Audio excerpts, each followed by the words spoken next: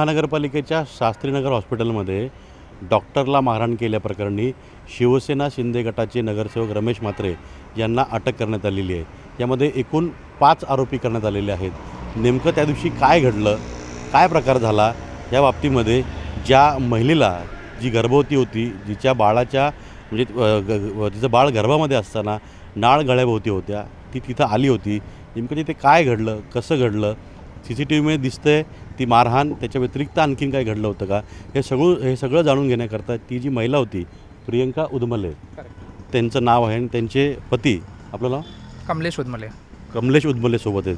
तुम्ही त्याविषयी घटनास्थळी होता? हो, पूर्ण दिवस होतो। मला सुरुवातीपासून सांगा नेमकं काय घडलं तिथे। तुम्ही घरातून कसं निघालात, त्याच हॉस्पिटलला का गेलात?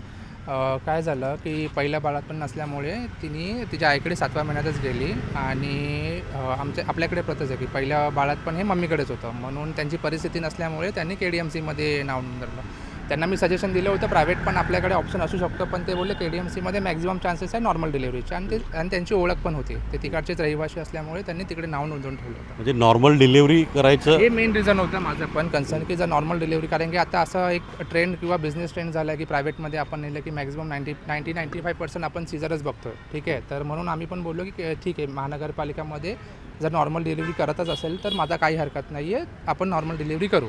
तर त्या दिवशी घडलं असं की सकाळी तिच्या पोटात दुखायला लागलं सुमारे 10:30-11च्या दरम्यान। त्यानंतर मग मी काय बोललो, तू इमिजिएटली ॲडमिट हो। किती महिन्याच्या बाळांनी होत्या त्या? तिचे 9 महिने कंप्लीट झालेले होते, ठीक आहे, आणि तिच्या पोटात दुखायला लागलं असल्यामुळे मी बोललो तू जाऊन ॲडमिट हो। पण तिची मम्मी बोलली की आपण एकदा सोनोग्राफी बघू की म्हणजे तिचं खालून सगळं व्यवस्थित आहे का, म्हणजे आपण बोलतो ना की जी वॉटर बॅग आहे ती ओपन झाली की नाही, एकदा क्रॉस चेक करू। त्यामुळे बोललो ठीक आहे, आपण सोनोग्राफी करून टाकू। सोनोग्राफी केल्यानंतर आम्हाला कळलं की बाळाच्या गळ्यामध्ये 2 कॉर्ड म्हणजे 2 नाळ फसलेले आहेत।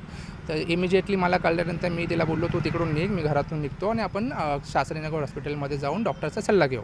आम्ही तिकडे पोचलो तर तिकडे सिस्टर होत्या अगोदर, ठीक आहे।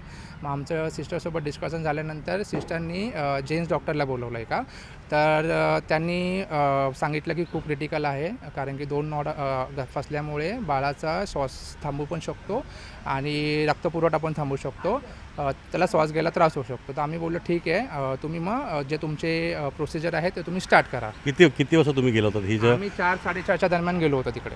तर ते डॉक्टर सिस्टरने चेक केलं, नंतर डॉक्टर आले, डॉक्टरने पेपर वगैरे बनवला। मग त्यांनी काहीतरी त्यावेळी डॉक्टर कोण होते? ते एक जेन्ट्स डॉक्टर होते, यंगच होते, त्यांचं नाव मला माहिती नाही आहे, चष्मीश होते। तर त्यांनी मग सृष्टी मॅडमला काहीतरी व्हॉट्सअपला फोटो पाठवले। मग सृष्टी मॅडम विदिन 15-20 मिनिट्समध्ये सृष्टी मॅडम पण आल्या।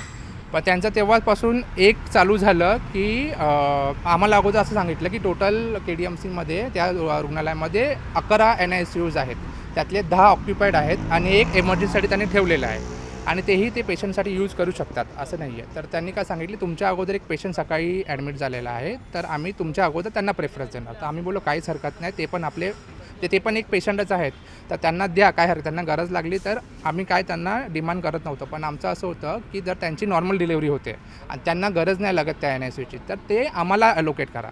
आणि असं होतं की तिची डिलिव्हरी ड्यू होती, त्यांनी आम्हाला सांगितलं 7:30 ते 7च्या दरम्यान तिची नॉर्मल डिलिव्हरी होईल, आणि आम्ही अशा ओप्समध्ये होतो की जर तिची नॉर्मल डिलिव्हरी झाली तर तिला गरज लागणार नाही NICUची। तर आम्ही बोललो जर आम्हाला सायनला तुम्ही पाठवता, ते जर इकडून निघालो तरी आम्हाला तिकडे कमीत कमी 9 वाजणार पोचायला, तर त्याच्यापेक्षा आम्ही 7 वाजेपर्यंत इकडे बसतो। मग त्यांनी तुम्हाला सायनला सांगितलं, मग तुम्ही सायनला का नाही गेलात?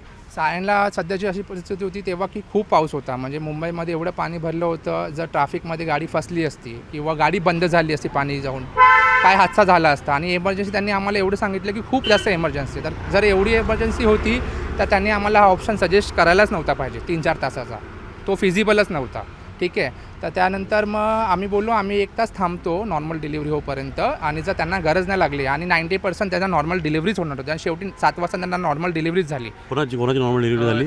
आमच्या अगोदर एक वेटिंगवर पेशंट होता, तर त्यांना गरज लागली तर त्यांना तो देणार होता NICU। आम्ही ॲग्री होतो, आम्हाला असं नव्हतं की त्यांना नको आणि आम्हाला द्या, आम्ही अशी डिमांड कधीच नाही केली। तो तुम्ही CCTV फक्त जो झालं प्रकरण तो काढू नका, काय डिस्कशन झालं, माझं काय डॉक्टर डिस्कशन झालं, ते तुम्ही पूर्ण फुटेज काढला की तुम्हाला सगळा पिक्चर क्लिअर होईल। कारण की कसं आहे की नाण्याची एकच बाजू दाखवली जाते, कारण की ऑफकोर्स विरोधी पक्षांना एक पॉईंट। रमेश म्हात्रे हे या प्रकरणात कसे आले?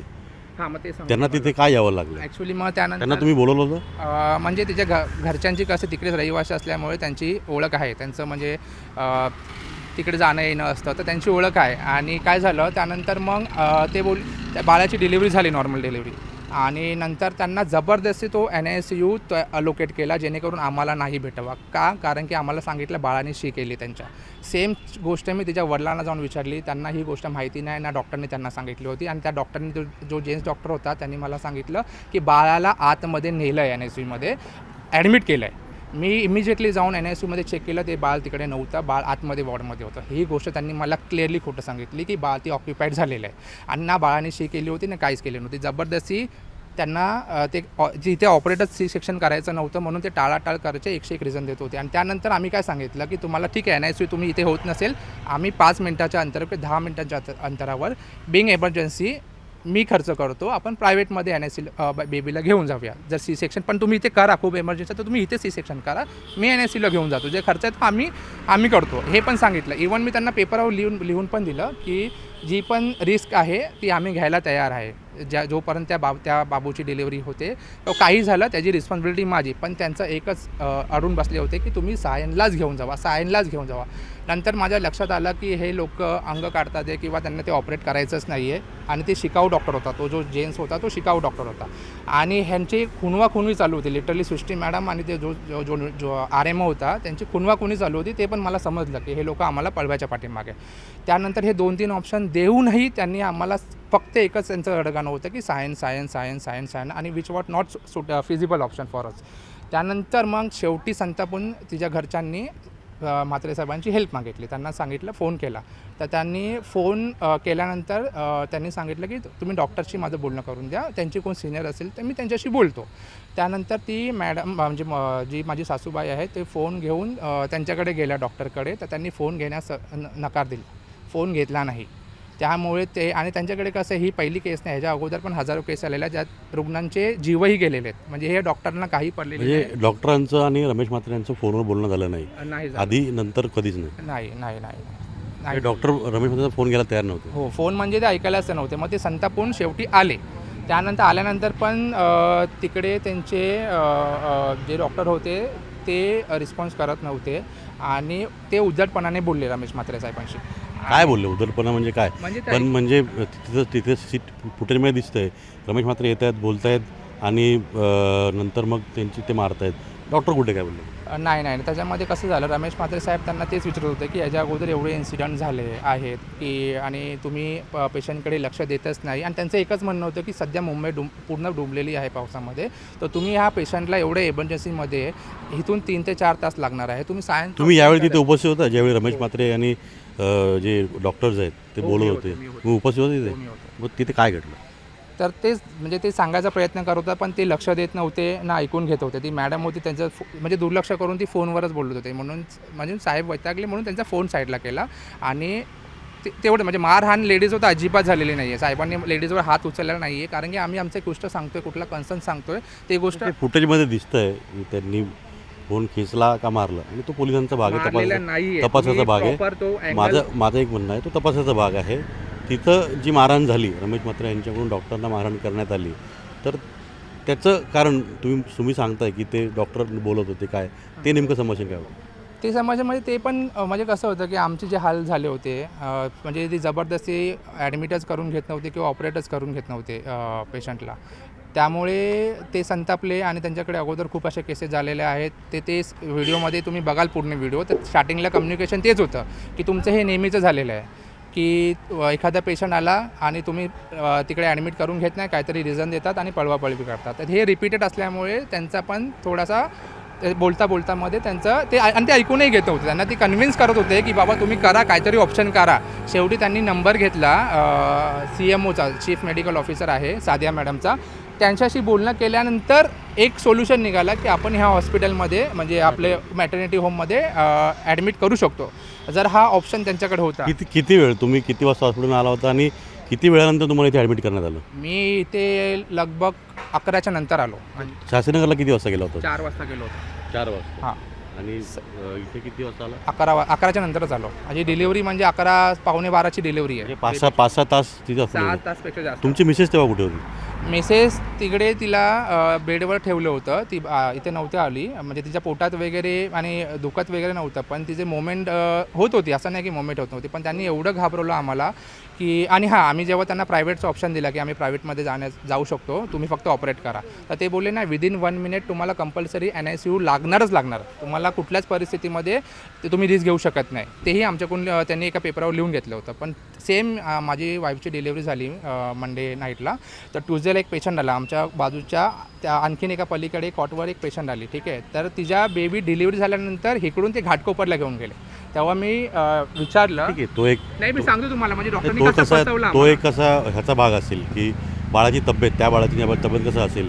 नाही, पण पण मग तो 1 इथे मिनिटचा गोल्डन पिरियड नसतो, तो एक 1 आवरचा गोल्डन पिरियड असतो. ते आम्हाला त्यांनी खोटं इन्फॉर्मेशन दिले आणि हार्डली 5 ते 10 मिनिट आम्ही प्रायव्हेटमध्ये अरेंजमेंट करणार होतो NICUचे. तो फक्त तुम्ही ऑपरेट करा, माझं एवढंच म्हणणं होतं की सायन हा ऑप्शन हा फिजिबल नाही आहे. आम्ही त्यांना बरं, रमेश म्हात्रे यांनी तिथे शिवीगाळ केली, त्या डॉक्टरांना मारलं, ते तुम्ही डोळ्यांनी पाहिलं. मारलं इन द सेन्स तेच झालं की, म्हणजे लेडीजचा तर हात उचललाच नाही आहे. आणि सेकंड गोष्ट, ते एखादी गोष्ट कन्व्हिन्स करतात किंवा सांगतात ते ऐकूनच घेत नव्हते, किंवा बोलतात ना दुर्लक्ष करत होते, किंवा त्यांच्या सिनियरचा नंबर मागितला तेही त्यांनी देण्यास नकार केला. तर ह्या प्रकरणामध्ये सिनियर तिकडे त्यावेळी होते का, म्हणजे कोण सिनियर? नंतर आलं, सगळ्या शेवटी नंतर सिनियर आला. सगळं झाल्यानंतर किती वेळ हे सगळं चाललं आणि त्यानंतर किती वेळानंतर सिनियर जे आहेत त्या तिकडे घटनास्थळी आल्या? आता हे सगळं झाल्यानंतर मे बी 10च्या नंतरच तिकडची मेडिकल ऑफिसर आहे, chief medical officer Sadia madam आल्या.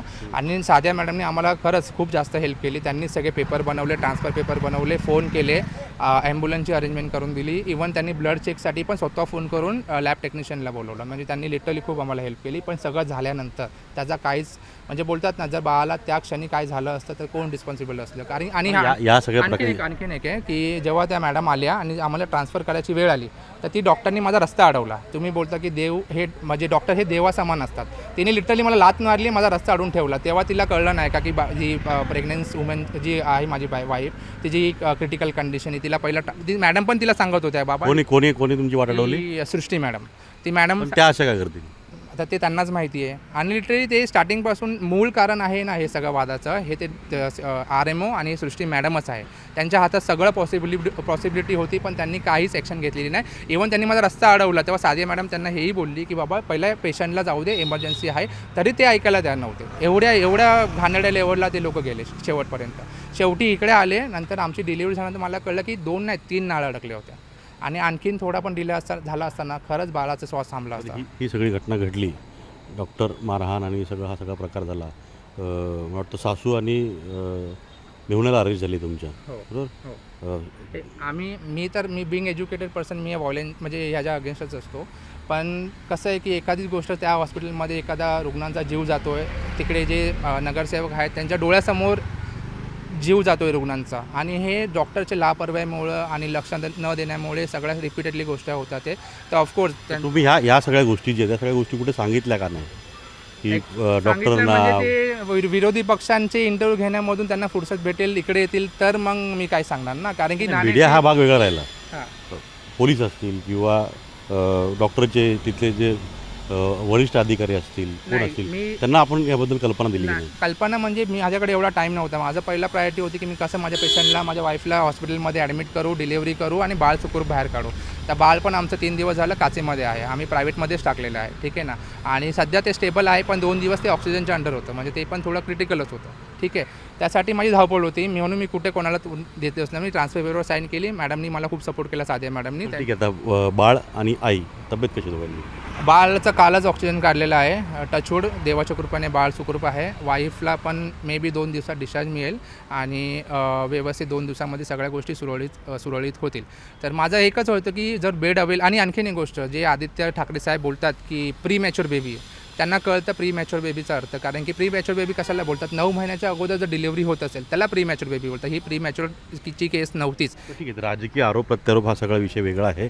मुळात आता या सगळ्या घटनेमध्ये डॉक्टरांना मारहाण झाली याचं समर्थन या दाम्पत्याने देखील केलं नाही, ज्यांची डिलिव्हरी होत होती. तो सगळा भाग राहिला. पण हे सगळं का घडलं आणि कशामुळे घडलं आणि ती वेळ का आली हे देखील त्यांनी सांगितलेलं आहे. ह्यांचं एवढंच म्हणणं आहे की आमची देखील बाजू मांडून घ्या, आमची देखील आमचं देखील जे म्हणणं आहे ते ऐकून घ्या, आणि याचसाठी त्यांची जी प्रतिक्रिया होती ती दाखवण्याचा आम्ही प्रयत्न केला. व्हिडिओ जर्नलिस्ट प्रवीण शेट्टीसह अजित मांढरे, न्यूज 18 मराठी कल्याण.